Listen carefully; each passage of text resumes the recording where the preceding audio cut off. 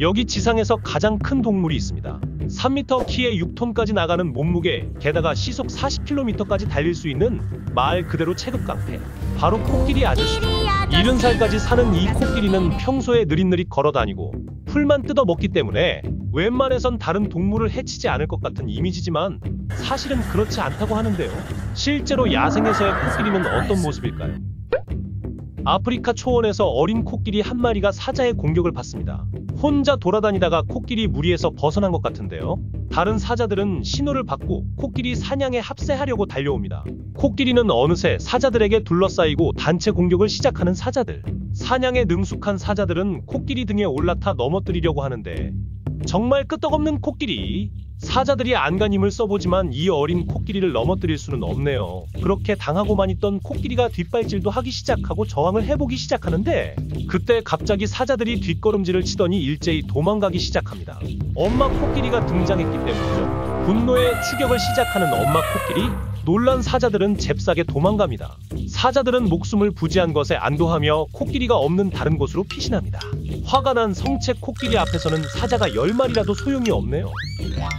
아프리카에는 정말 난폭하기로 소문난 동물도 살고 있는데요. 자신의 영역을 침범하면 누가 됐든 물어제끼는 하마에게 코끼리가 다가간다면 어떻게 될까요?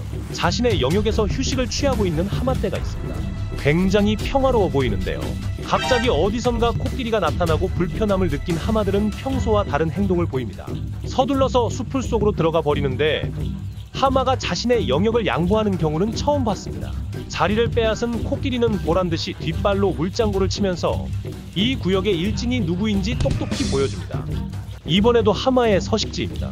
하마떼가 자리를 잡고 옹기종기 모여있는데요. 또 코끼리가 하마의 공간으로 침투합니다. 절대 자신의 영역을 양보하지 않기로 소문이 자자한 하마지만 코끼리의 굵직한 상하에 찔리기가 싫었는지 슬금슬금 자리를 이탈합니다. 그리고 펼쳐지는 모세의 기적. 이때 한 마리의 하마가 코끼리의 엉덩이 뒤에서 불만을 조금 표시해봅니다. 그렇지만 차마 덤비지는 못하고 코끼리가 뒷발을 살짝 드니까 분노 조절 장애가 바로 고쳐지는 하마. 가끔 개념 없는 하마들은 코끼리한테 돌진했다가 가볍게 공처럼 굴려지는 경우들도 있다고 합니다. 동물 싸움 순위 3위권에 들어가는 하마가 이렇게 아무 힘도 못 쓰고 쩔쩔매는 모습들을 보니 체급의 중요성을 다시 느끼게 됩니다. 동물 체급에 관해서 얘기할 때 빠질 수 없는 동물이 있죠. 육상 동물 중에서 코끼리 다음으로 체급이 높은 코뿔소입니다.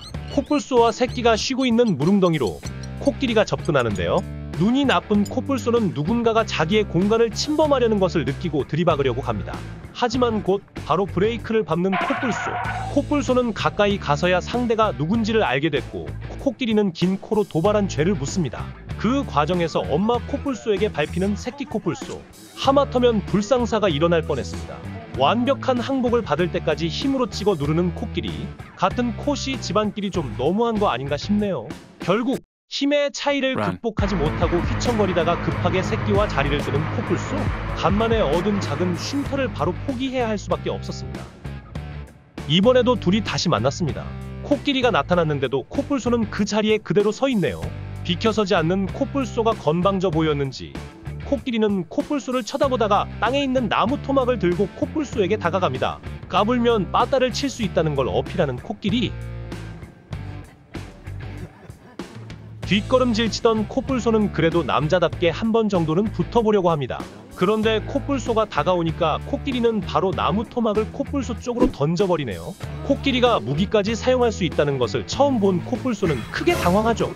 다행스럽게도 자신이 코끼리의 상대가 되지 않는다는 것을 느끼면서 코뿔소는 자리를 피하고 유혈사태를 면하게 됩니다.